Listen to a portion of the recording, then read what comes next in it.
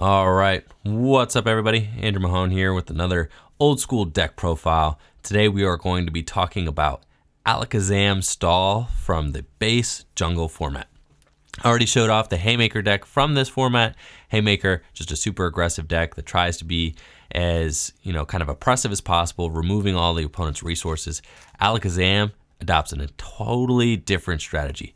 Alakazam tries to tank hits with his damage swap ability, heal them off, and run the opponent out of resources by just making the game last way longer than it should and getting opponent to the point where they basically eventually deck out, or you're able to build up an attacker and sweep once your opponent is kind of just out of options. So let's take a look at this deck. This deck is super cool just because it adopts a different kind of win strategy and win condition than most decks in this format. It takes advantage of the fact that decks have limited resources and limited ability to deal with Alakazam's hazing.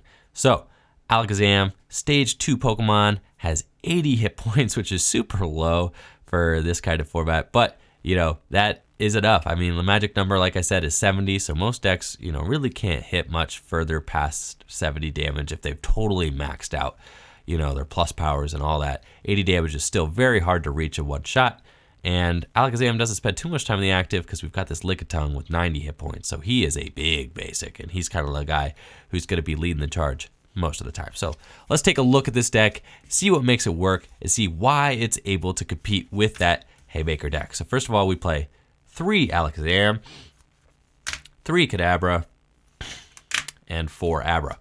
Alakazam, like I said, is here for that damage swap attack. Abra has a lowly 30 hit points. It does have an attack. You can flip a coin if heads and paralyzed, do 10 damage, but really you don't really want Abra up there too often because you want your Abras to be safe on the bench. They only got 30 hit points, and Hitmonchan, Scyther, Electabuzz can all deal with these Abra very, very easily. So you really want to keep them out of harm's way. Eventually evolve them up into Kadabra. Kadabra can bust out 50 damage with that Super Psy attack, which you may be able to use sometimes, but you see, it's got a fat retreat cost of 3. We go from free retreat, which is super sweet on our Abras, right? Because they could just kind of get up out of there when they need to on the first turn of the game and get somebody bigger into the active position. Kadabra goes right up to being a big old boy with 3 retreat cost. And then we got this Alakazam, which we play 3 copies of. Alakazam's damage swap ability says, as often as you like during your turn before you attack, you may move 1 damage counter from one of your Pokemon to another as long as you don't knock out that Pokemon. So you can't knock out your own Pokemon. This power can't be used if Alakazam is asleep, confused, or paralyzed. That's actually significant because that comes into play more than you would think. And Alakazam does have an attack, Confuse Ray, flip a coin if heads, the defending Pokemon is now confused. Now, most of the time, not really getting Alakazam out there. You want Alakazam to stay safely on your bench. A couple of reasons for that. Because if you put Alakazam into the active position, not only can the opponent knock them out, which means that you can't use the damage swap ability to heal off all the Pokemon that you're trying to heal, but also if maybe an Electabuzz is able to paralyze your Alakazam, then it can turn off that damage swap ability and make it so that you can't move the damage off and give your opponent a chance to knock out that Alakazam. So you really want to keep him out of harm's way. That's kind of the backbone of the deck is Alakazam. You want to keep him on the bench. He is the textbook definition bench sitter. You don't really ever want him up in the active. Now, Pokemon you do want in the active. We have 2 copies of Mr. Mime, 2 copies of Scyther, 2 copies of Chauncey, 1 copy of Kangaskhan, and 2 copies of Lickitung. Now these guys all fulfill different roles in their own right and are all useful to this deck. So let's talk about them. First of all, you may notice that Mr. Mime only has 40 hit points. Now why in the world would we want a Mr. Mime active? I said Abra's only got 30. Mr. Mime's only got 40. Why is he a good tank? Because of this invisible wall ability. It reads, whenever an attack, including your own, does 30 or more damage to Mr. Mime, after applying weakness and resistance, prevent that damage. Any other effects of attack still happen. His power can't be used if Mr. Mime is asleep, confused, or paralyzed. So, invisible wall makes it so that any attacks that do 30 or more to Mr. Mime don't do any damage. So you can only do 10 or 20 damage to Mr. Mime. You can't do 30, you can't do 40, and so long as its ability is in effect, so if it's not asleep, confused, or paralyzed, you can't get 1-hit knockout, right? which is awesome. So it means that your opponent has to adapt their strategy. Maybe they have to bring up a Hitmonchan and jab this thing. But if you bring up Hitmonchan and jab Mr. Mime, then Alakazam is just going to damage swap that damage onto somebody else, probably Chauncey, right, with its nice hefty 120 hit points. And then Mr. Mime can actually get in there and start attacking, right? Meditate does 10 damage plus 10 more damage for each damage counter on the defending Pokemon. That's pretty much exactly like Wobbuffet's attack in the current format. So Meditate does more damage for each of the damage counters on your opponent's defending Pokemon and is actually very good against Hitmonchan, right? Because you can Meditate right off the bat for 20 damage because of Hitmonchan's weakness to Psychic. And then now that they have 20 damage on them, you would hit them for 60 because you'd be doing 10 plus 20, 30 times 2, you do 60. So you 2-hit knock out Hitmonchans, which is great, right? Because Hitmonchan at best can 2-hit knock out you. However, Alakazam is able to heal you, and you can put this damage elsewhere and allows Mr. Mime to really shut down decks if they cannot do any less than 30 damage. If the deck can't do less than 30 damage, Mr. Mime is your all-star, and a lot of times Mr. Mime can get in there against Pokemon who do less than 30 damage and just be a very effective wall. Now, Mr. Mime's biggest weakness is Pokemon like Electabuzz, right? Because Electabuzz can paralyze, so that makes it so that maybe Mr. Mime is able to paralyze a couple of times, and then, Mr. Mime can't use that Meditate attack, and also just the paralyzation makes it so that, you're kind of stuck there and don't really have a lot of other options. So, Electabuzz is pretty good attacker against Mr. Mime. Electabuzz is not weak to Meditate like Hitmonchan is, but there are a lot of attackers that Mr. Mime walls off completely. Like Scyther, for instance, can't attack with Mr. Mime whatsoever. Leading on to our next wall is going to be Scyther. Scyther has that slash attack for 30 damage and also has that hefty fighting resistance and a free retreat cost. So Scyther's in here because of that fighting resistance. Say your opponent is getting out there with Hitmonchan, you can effectively stall with Scyther. That's the whole point of this deck, is to stall. You want to bide time. You just want to make it so that your opponent cannot take their 6 prizes and that they draw out their deck before you do. That is the whole win condition of this deck. So you put up Scyther against a Hitmonchan, they try to burn some resources, right? They might have to use Professor Oak and maybe discard their hand, try to bring out a new attacker so that they could deal with your Scyther. By the time they do that, you're able to heal the damage off and just kind of make your opponent burn resources to get around Scyther. So Scyther is another formidable wall, especially just because of that fighting resistance. We do play some grass energies in here, so if you want to, you can Swords Dance and then slash. And so you do have that option as well. We play Psychic and Grass energies so that Scyther can get in there with that slash attack. Chauncey, we play 2 of them because Chauncey is our biggest basic Pokemon. It's the biggest basic Pokemon in this format. So as far as like storing up damage counters goes, Chauncey is your hero. He's your champion of doing that. You're going to want to damage swap to Chauncey almost the entire game. That's kind of the name of the game here, is you want to damage swap to Chauncey, who is also on your bench, and then you're going to heal off that Chauncey with this Pokemon Center card that I'll show off later, so that all your opponent's hard work, maybe they sunk 20 damage into Mr. Mime so many times, right? And you keep putting it on the Chauncey, and then eventually you just heal off the Chauncey, and it makes your opponent just want to like rage quit and leave the room, right? Because that's pretty much just an infuriating strategy, but it is the strategy of this deck, and it's an effective one nonetheless. Now, Chauncey does have a pretty good attack. I mean, Double Edge does do 80 damage to itself, but if your opponent is able to build up a big attacker that is, able to kind of just sweep your opponent, sweep your Pokemon, you can go in with a Double Edge to knock out that attacker and make your opponent build up something else if they do get kind of ahead of themselves. Now, Chauncey does do 80 damage to itself with that Double Edge, but sometimes that Gambit is worth it, and it's just worth it to pull off that Double Edge.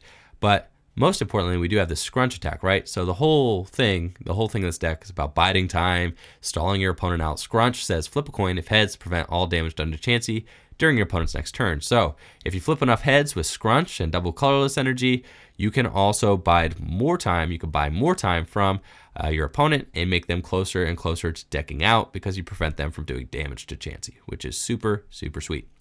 Chauncey also has a nice fighting resistance and only a retreat cost of 1, so some pretty good stats on that Chauncey.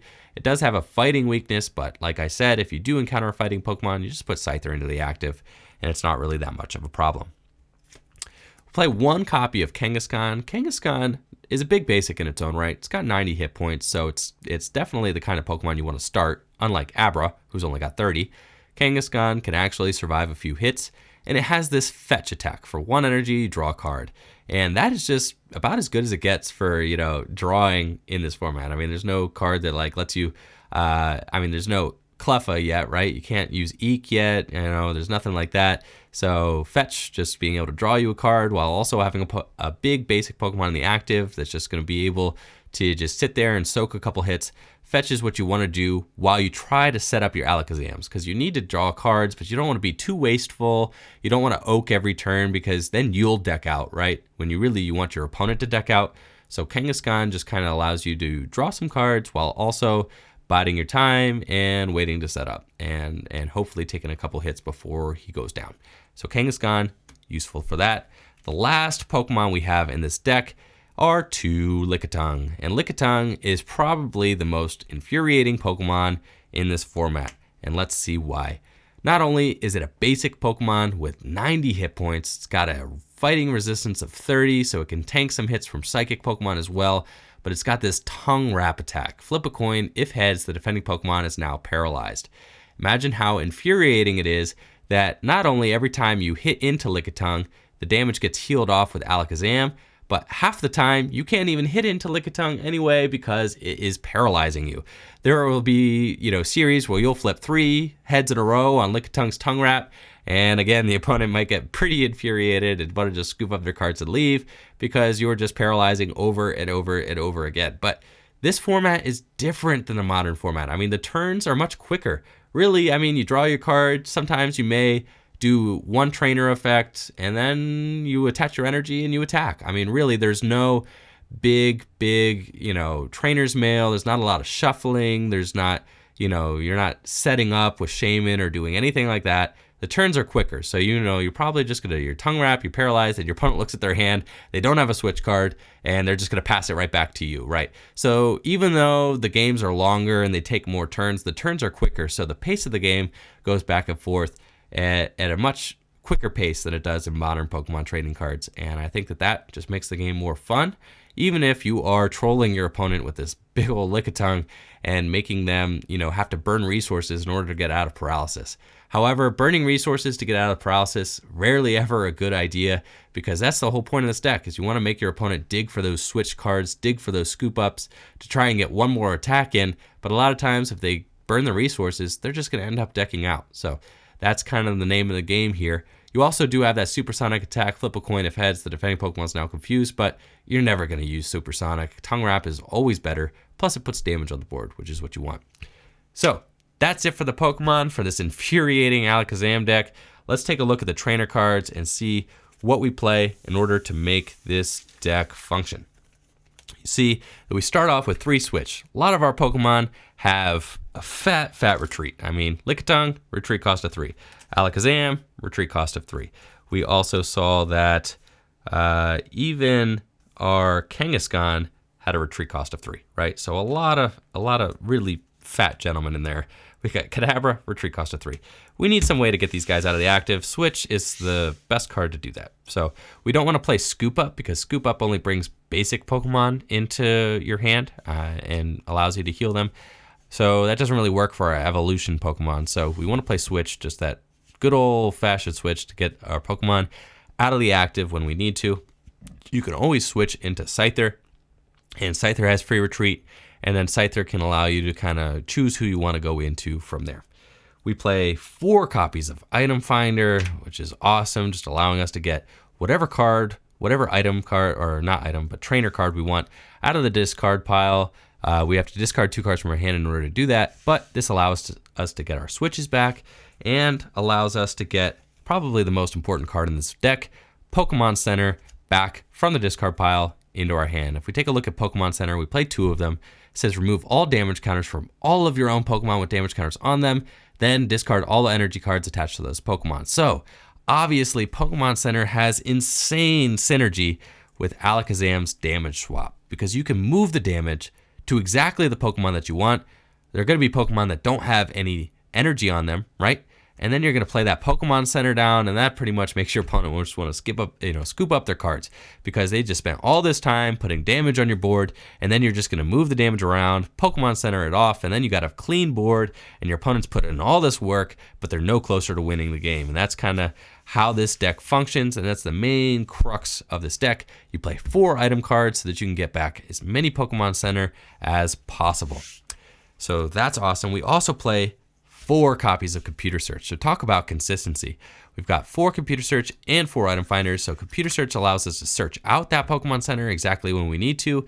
It also allows us to set up our Stage 2 Pokemon, which is easier said than done in this format. Setting up Stage 2 is pretty tough, especially when you're getting just barraged by quick attacks from that Haymaker deck. In order to speed things up a little bit, we do play 2 copies of Pokemon Trader. Pokemon Trader just allows you to trade one of the basic Pokemon or Evolution cards in your hand for one of the basic Pokemon or Evolution cards from your deck. We play Pokemon Trader, which is kind of like your search Pokemon. It's like free search. It's great. You don't have to, use your Computer Search to get every Pokemon you want. You can Pokemon Trader for free, and we play a lot of Pokemon in this deck, so you pretty much always have a target for Pokemon Trader. It's actually very similar to Pokemon Communications for any of you guys that have played maybe Expanded or have seen that card, in the last 4 or 5 years or so. Pretty similar to Pokemon Communications.